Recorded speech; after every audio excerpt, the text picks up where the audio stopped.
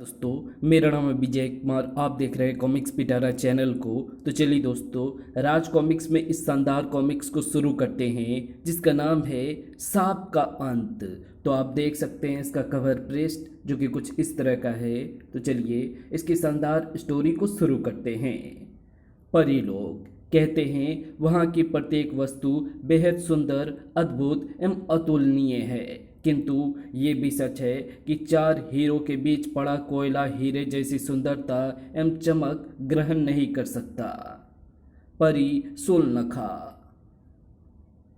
उदंड एवं हटी परीलोक में सबसे अधिक सुंदर थी स्वर्ण नखा। सोने के नखों वाली हूँ मैं, नाम है मेरा स्वर्ण नखा। अपनी सुंदरता के मद में चूर स्वर्णनखा पृथ्वी पर तपस्या करते एक ऋषि के सामने पहुंची। मैं अपनी सुंदरता के बल पर इस ऋषि की तपस्या को भंग कर दूंगी। छम छम ऋषि की तपस्या भंग हुई। क्रोधित ऋषि ने शाप दिया, अरे मूर्ख, एक सन्यासी को दुनिया का कोई ऐश्वर्य आकर्षित नहीं करता, किंतु लगता है तू अपनी सुंदरता के घमंड में चूर जानबूझकर मेरी परीक्षा लेने चली आई है। मैं तुझे शाप देता हूँ स्वर्णनखा, तू परीलोक की सबसे बदसूरत परी हो जाएगी।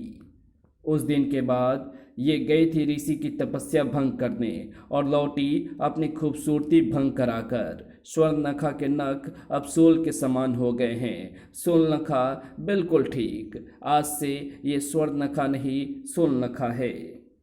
इन सोलनखों से मैं तुम सबका मुंह नोच लूंगी।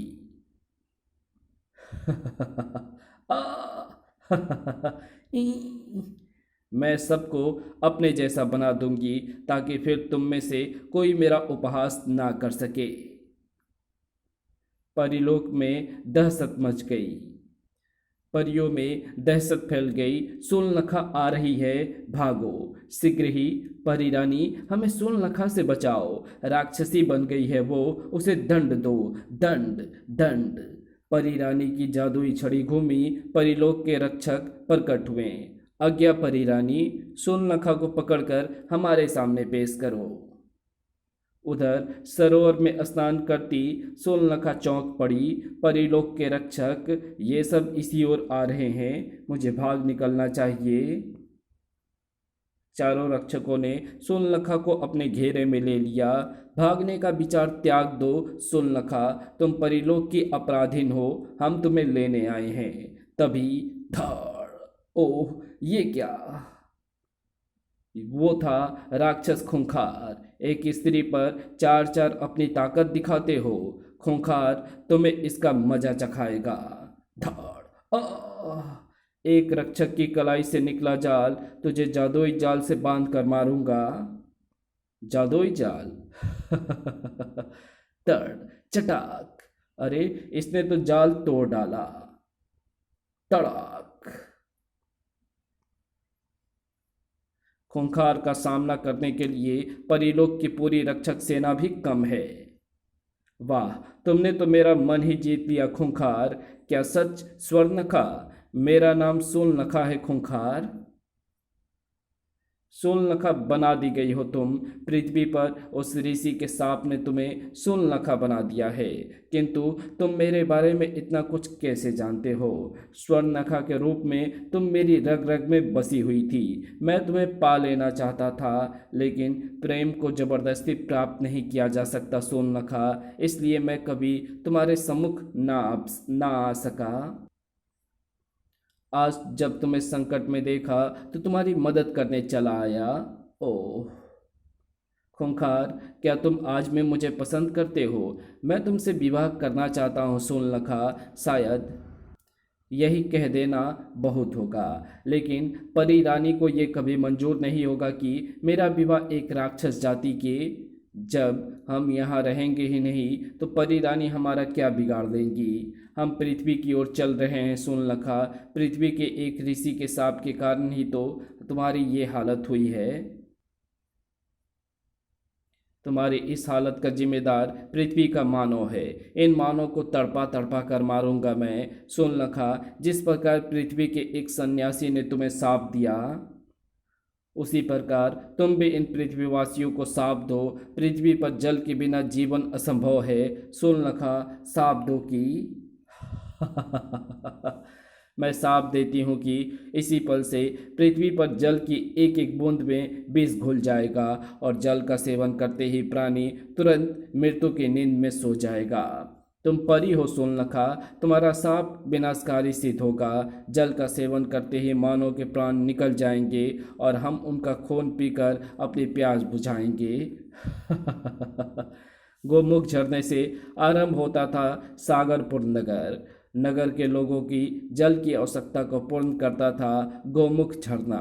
गोमुख झरना भगवान शिव और माँ पार्वती का आशीर्वाद है इस नगर के लोगों को। किंतु उस दिन गोमुख से जल के रूप में जीवन नहीं बल्कि मौत के रूप में विष का झरना फूट पड़ा। अरे उसे क्या हुआ? जल का सेवन करते ही अरे ये तो मर गई, इसके मुंह से नीले झाग निकल रहे हैं, विष का असर। तभी जल्दी इधर आओ, इधर देवकी को भी ना जाने क्या हो गया है, इसके भी मुख से नीले झाग। उफ, मैंने इसे जल पिलाया था, जल पीते ही ये लगता है जल में विष है। ठहरो राहगीर, अपने घोड़े को गोमुख का जल मत पिलाओ, इसमें विष घुल गया है। गोमुख में घुलकर तो विष भी अमृत बन जाता है मूर्ख। घोड़े को क्या हुआ? हिंद नगर में शोर मच गया। गोमुख का जल कोई ना पिए, उसमें विष घुल गया है। लेकिन सिर्फ सागरपुर का गोमुख ही नहीं, वो हर जगह जहाँ जल का स्रोत थे विष का स्रोत बन गई थी। जल का सेवन करते ही इसका शरीर ऐंठ गया है और इस कुएं से जल मत लो। शीघ्र ही लोगों को जल की सच्चाई का पता लग गया। कुएं, सरोवर, नदी, पोखर, बावरी सभी के जल में विष घुला है। जल के बिना लोगों में त्राही त्राही मच गई। मेरे गले में कांटे से चुभ रहे हैं। पानी। इधर राक्षस खूंखार और परी शूर्पणखा। नगर में तबाही मची हुई है शूर्पणखा। इसका मतलब है मेरा सांप अपना असर दिखा रहा है। जल के बिना तड़पते लोगों को देखकर मेरे दिल को बड़ा सुकून मिला है शूर्पणखा। एक मानव के कारण ही तुम्हें परीलोक में इतना अपमान सहना पड़ा था। अब शीघ्र ही ये पृथ्वी मानव रहित हो जाएगी। मानव रहित इस धरती पर अब हम बसाएंगे राक्षसों की नगरी, जिसका राजा मैं और रानी होगी तुम। ऋषि विसर्पनाथ, जिन्होंने आज तक अन्न का एक भी दाना और जल की एक भी बूंद ग्रहण न की थी, ओम विष्णु। पानी पानी। विसर्पनाथ की आंखें खुली। पानी पानी। विसर्पनाथ ने कमंडल से निकली जल की धारा। पानी।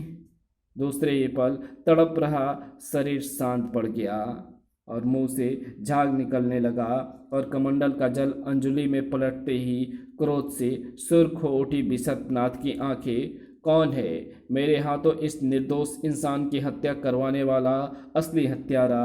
किसके साप से हुआ ये जल विषैला? तभी महात्मन, रक्षा कीजिए महात्मन। धरती पर जल की एक एक बूंद विष में बदल गई है। विष को पीकर कोई कैसे रहे जीवित महात्मन? हमें इस संकट से उबारे महात्मन। तभी ये सन्यासी तुम्हारी कोई मदद नहीं कर सकता।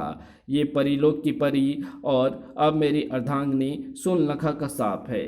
राक्षस खूंखार, मैं तुम लोगों को ले जाने आया हूँ। शूर्पणखा को तुम्हारी रक्त की भेंट दूंगा। रक्त की भेंट तो तू तब देगा राक्षस, जब मैं तुझे जीवित छोड़ूंगा। एकाएक विसर्पनाथ के बालों का स्वरूप बदलने लगा। तेरी मृत्यु का कारण भी विष होगा। ये देख। ओह, ये क्या? उफ, हिस हिस। अगले ही पल गरज भरी चीख उसके मुख से निकली। शूर्पणखा, स्वामी स्वामी स्वामी। ओह, तुमने मारा है मेरे स्वामी को। बोलो जवाब दो स्वामी, बोलो जवाब दो सन्यासी। हाँ, मैंने ही मारा है इस दुष्ट को। तब फिर तुम मरने के लिए तैयार हो जा सन्यासी। तेरी मृत्यु के रूप में सूर्पनखा आ गई है यहाँ। सूर्पनखा परी होने के कारण तुम अमर हो।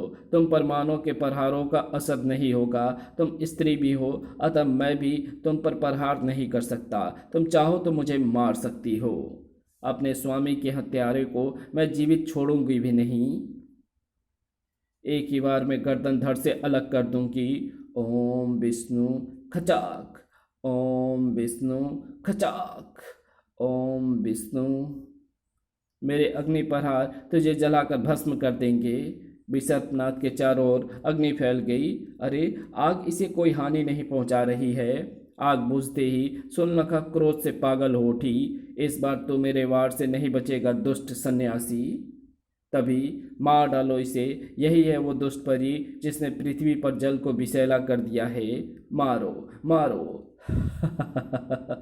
मारो नहीं, मरो। ये क्या? बचाओ, आग।